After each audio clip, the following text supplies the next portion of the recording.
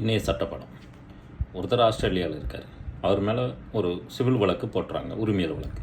அந்த வழக்குக்கு அவர் ஆஸ்திரேலியாவில் சம்மன் பெறுறாரு. அவர் உடனடியாக இந்தியாவில் அந்த வழக்குக்காக அப்பீரன்ஸ் ஆகணுமா அப்படின்னு பார்த்தா தேவையில்லை.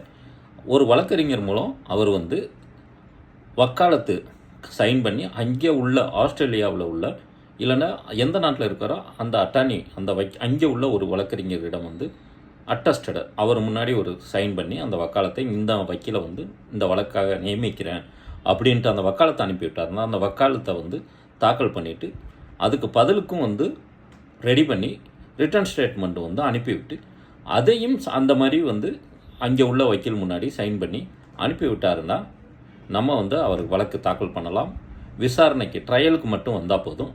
இடையில் சிவில் வழக்குகளில் அந்த நாட்டில் இருந்து டிக்கெட் போட்டு அலையணுங்கிற அவசியம் எதுவும் கிடையாதுங்கிறது நமக்கு ஈஸியான ஒரு விவரம். இன்றைக்கி பாடம் இதுதான். நன்றி, வணக்கம்.